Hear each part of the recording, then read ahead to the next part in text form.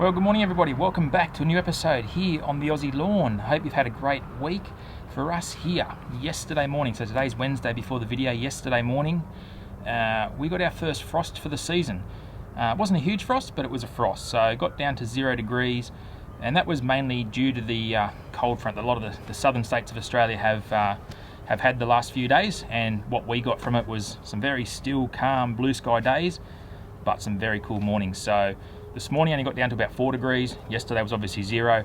The day before that was about 3 degrees, so you can see how that went down, and the forecast for the future coming week is temperatures back to where they normally are for us, which are double-digit lows. So anyway, that's the way it goes, and we've got to expect it this time of year.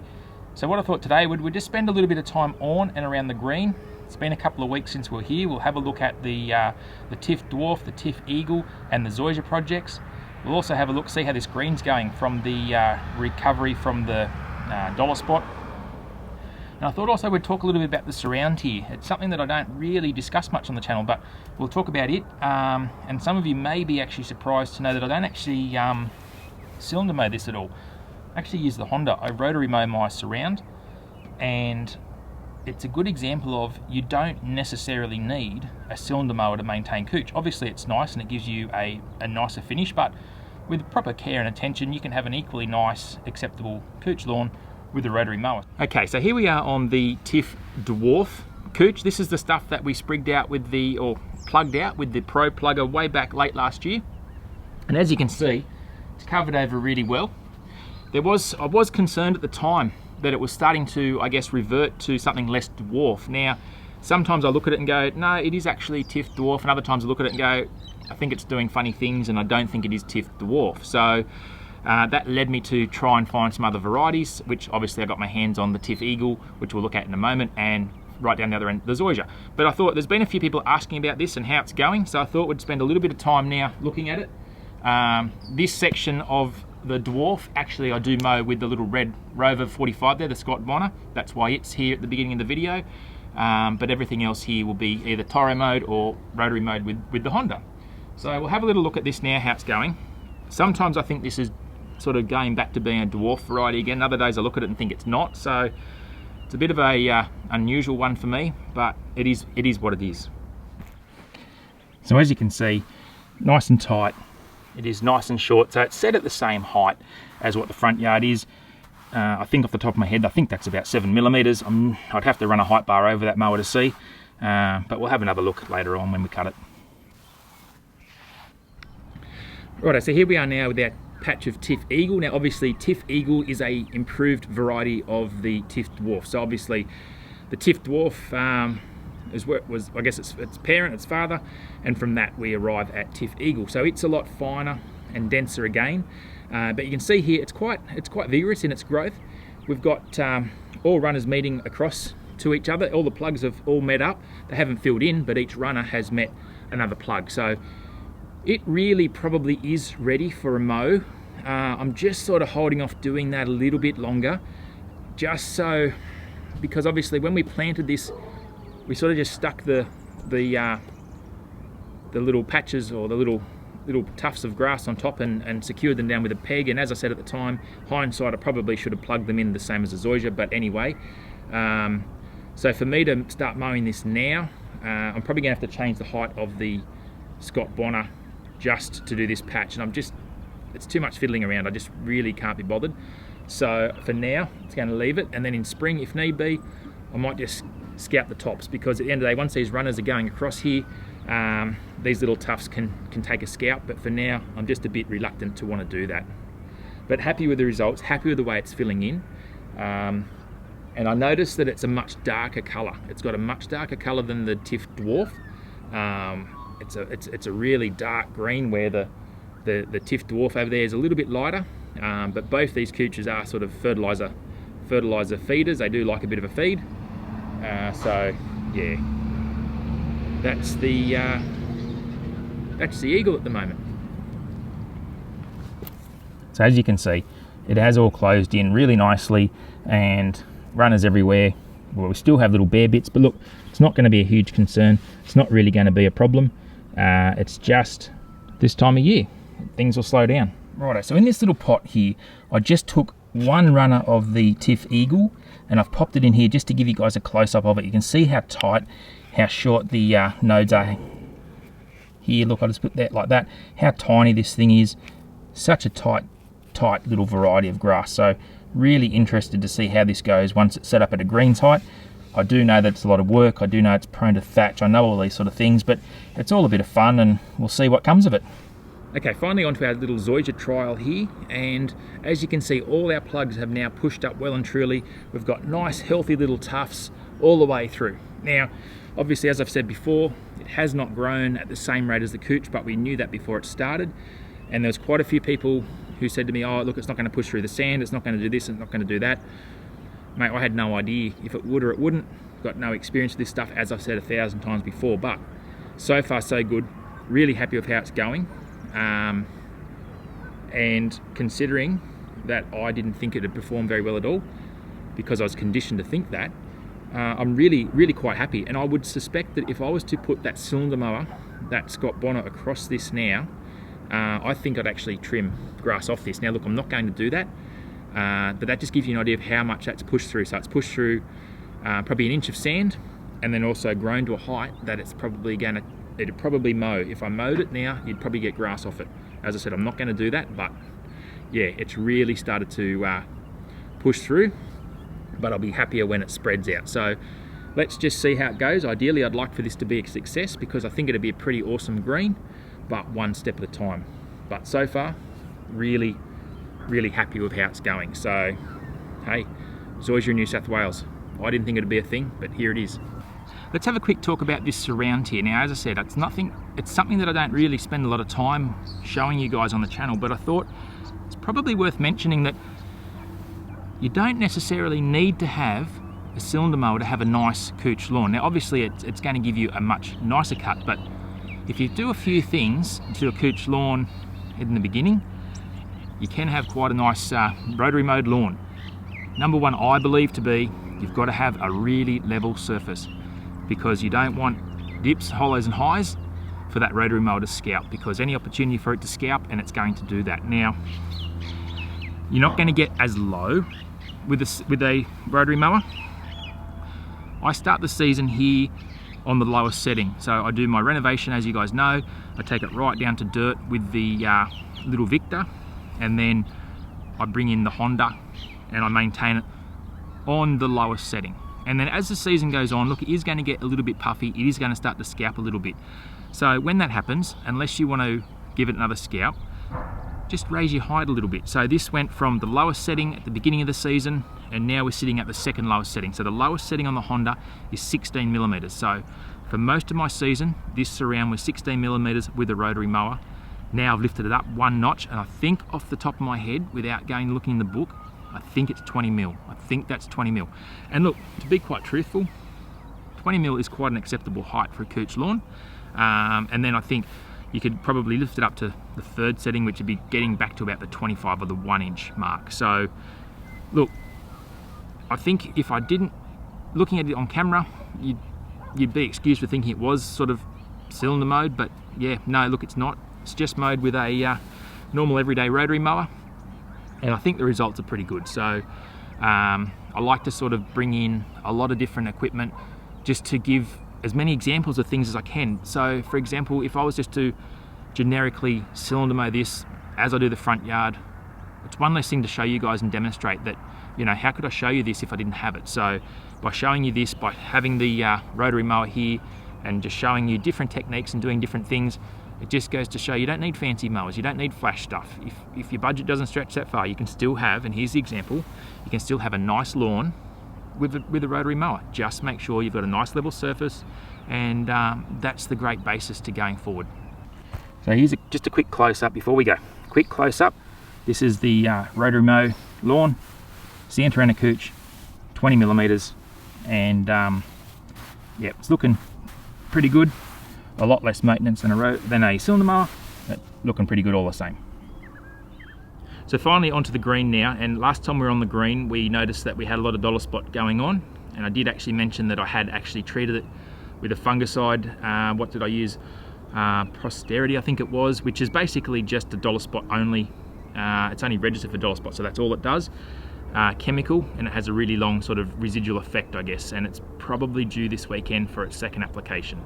Now on camera it did actually look or come across a lot worse than what it does in real life, and it was really quite interesting because later that night I got a text message from a greenkeeping mate of mine, and he said that green is absolutely atrocious, you need to do blah blah blah, and one of those things was Epsom salts. And it was only 15 minutes before that text message, or maybe earlier that day, I can't quite remember now. I was already onto that. I was one step ahead, and I'd actually saw it at Woolworths, because you can buy Epsom salts at the supermarket, and I grabbed the packet. So it was, I had great delight, and my first message back was, I'm all over it, I've just actually got it. And so what I've been doing with this is just a spoon feeding situation of urea and the Epsom salt. So 200 grams of Epsom salts per 100 square meters, 200 grams of urea per 100 square meters, diluted and applied in the hose-on bottle. So the Seaweed Secrets, the Seaweed Sea Salt bottle, I'm sorry, the Sea Salt bottle, hose-on, and it's been getting that just to help it push along. It's been getting that about every sort of 7 to 10 days, and it's starting to green up, but also we've lifted the height of cut. I think I mentioned that in the last video. So we've lifted the height of cut from the early 3s up to about 4, and that's also helping the scarring from the undulations over the other side here that we'll look at in a minute. But we're starting to get a good bit of growth. It's still a little bit, I guess, scarred in places. It hasn't been the best season for this green, but look, that's just the way it goes. I've sort of been a little bit neglectful with it. So many other projects going on, including the one out the front. So the front lawn will be coming into an episode again very soon. There's been a little bit of progress there.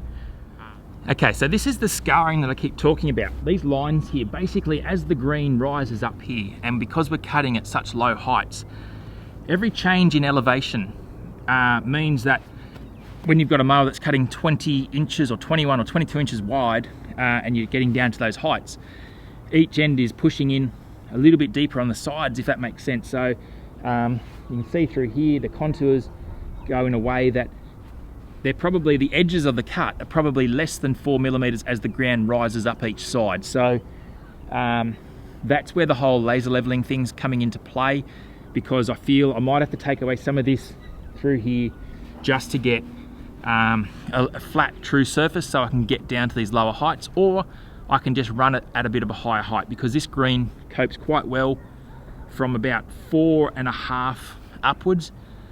But then you're getting a really slow putting surface, but that's only because, let me clarify that, this green operates well at 4.5 to 5 or so millimeters, which is fine from a turf perspective, but it starts to get a bit slow from a putting perspective. So, you know, look, it is a backyard putting green at the end of the day, so, you know, there's going to be some sort of sacrifices, I guess is the word. But yeah, so that's the scarring. So obviously when it was at the 3 millimeter mark, these scars were much worse and much more unsightly. But I was just a bit stubborn and a bit pig-headed, and I just wanted to push through having it that height all season. And look, I probably won't do it again, to be quite truthful with you guys. So I'll show you a few other bits and pieces here, and yeah, we'll move on. Okay, so this is one of the sections that was more heavily affected with the Dollar Spot, and you can see through here, so we're still a little bit of scarring and stuff, but I know this is going to look worse again on camera, and I keep saying that, and you can either believe me or not, but getting a really good result. So mycelium and so forth has all gone away. It was slow to sort of dissipate, so I don't know if I didn't quite apply that product, I get correct coverage on it, or what the case was. But anyway, it's now sorted, it's gone. As I said, new application due to go down probably this weekend, which I'll do that, and then I'll rotate chemicals.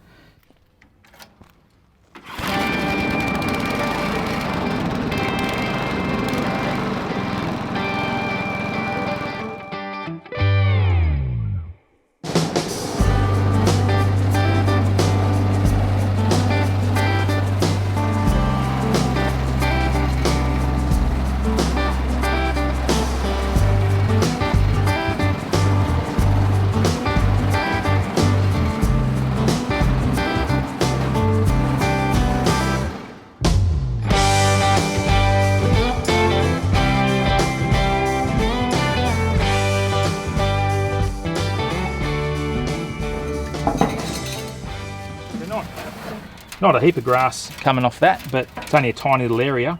But what's there? A couple of mils of each clipping, so yeah, not a bad result for a few days since I last mowed. So even though I've still only had this Honda for a short period of time, I still cannot really say a bad word about it. It's just crazy easy to start. It's got a nice cut on it. What I've actually done since I've bought this, I've actually swapped the blades out on it, and I've put four high lift blades on it. So standard they come with 2 mid lift blades and 2 high lift blades.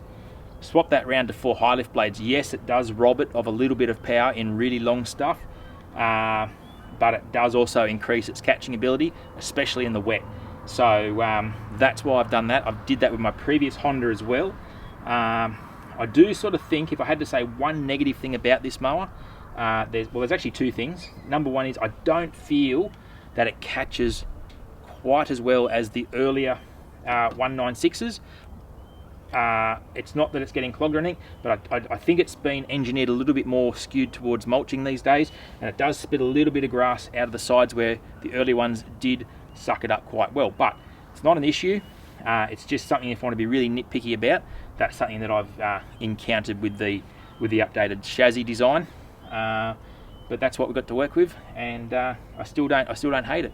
The other thing I think annoys me is all this over the top safety stuff. So they're the 2 things. Other than that, great machine.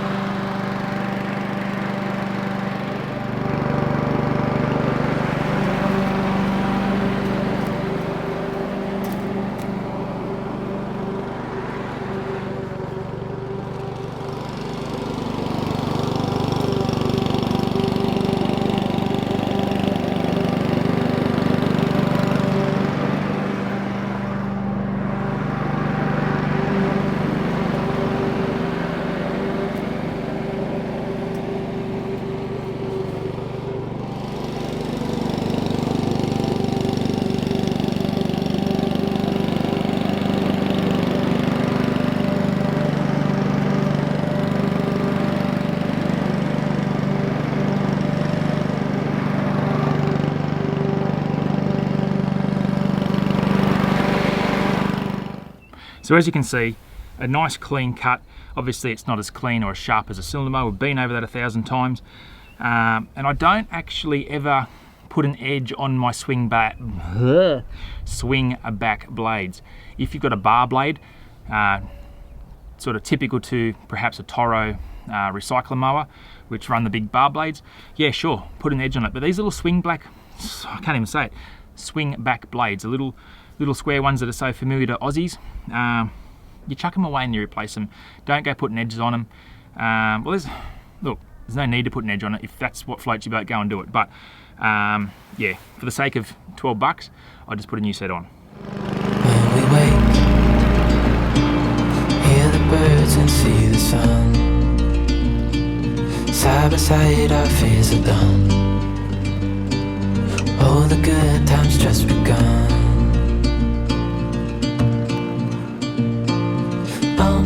We know what we have, let's hold on tight.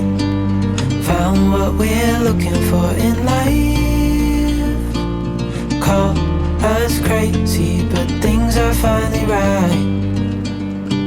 With you and I, the future is bright. Wait, while I was mowing there, I actually thought of one thing I just wanted to point out to you guys. Just a little bit of a tip.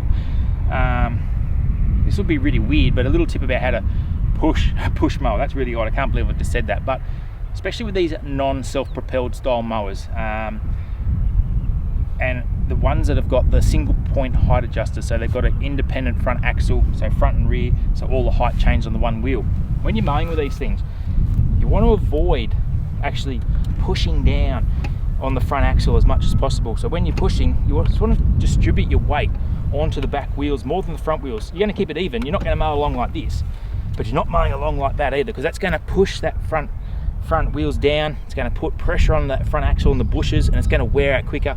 then you're going to get those unsightly cuts in your lawn. So just remember, if you've got a loop bar like this and you're pushing like that and you're sort of aiming most of your weight towards the back wheels without exaggerating it, the front wheels lift off, or pushing so far down you're like into it, you don't want to be doing that either. Just here, along, and that'll give you the best even cut that you can possibly get out of one of these machines.